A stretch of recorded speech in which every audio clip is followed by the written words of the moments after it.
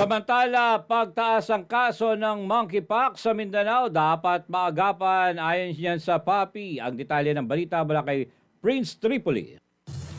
Lumalawak ang banta sa kalusugan ng publiko habang abala ang marami sa pang-araw-araw na gawain. Unti-unti namang sumisirit ang mga kasong dapat sana'y maagapan, gaya ng monkeypox, COVID-19 at leptospirosis. Ayon sa mga eksperto, kung hindi ito matutugunan agad, ang mga pinaka-vulnerable sa ating populasyon ang tiyak na tatamaan, partikular na ang mga bata, matatanda at may iba pang iniindang sakit. Kaugnay nito, inihayag ni Dr. Jose de Grano, ang presidente ng Private Hospitals Association of the Philippines, na dapat maging mapagmatiyag ang publiko laban sa monkeypox matapos may tala ang paglaganap ng naturang virus sa Mindanao. Ayon kay Dr. de Grano, mahalagang agad matukoy at ma-isolate ang mga individual na nagpapakita ng sintomas tulad ng lagnat, pananakit ng katawan, pamamaga ng kulani at kakaibang rashes sa balat. So, ibig sabihin po, kailangan ma-detect kaagad natin yan, ma-isolate kung sino man itong mga taong may karamdaman na ito na mpox. At yun naman po ay, kumbaga sa ano, ay in itself ay gagaling po yan. Ano? Basta hindi lang po dumami ang tatamaan.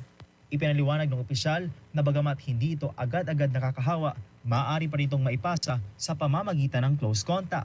Bukod sa monkeypox, ibinunyag din ni Dr. de Grano na may naiulat ng mga bagong kaso ng COVID-19. Katulad ito ng trangkaso, kaya posibleng hindi agad namamalaya ng marami. Dahil dito, pinaalalahanan niya ang publiko na manatiling alerto at i-isolate pa rin ang mga may sintomas, lalo na ang mga bata, matatanda at may ibang karamdaman.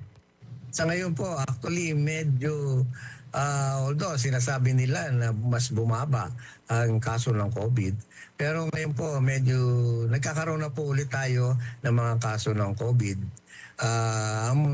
Parang kaya lang po natin siguro hindi makita kung marami pa talaga, ay hindi po kasi natin tinetest lahat po.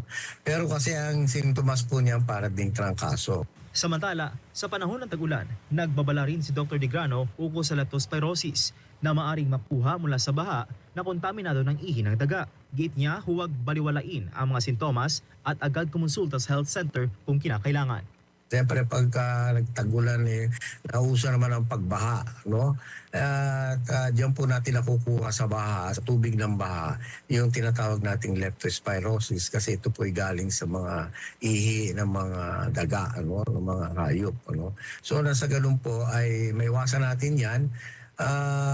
Pagka nagkasimptomas din agad tayo, kailangan magkonsulta po kaagad sa ating mga health centers.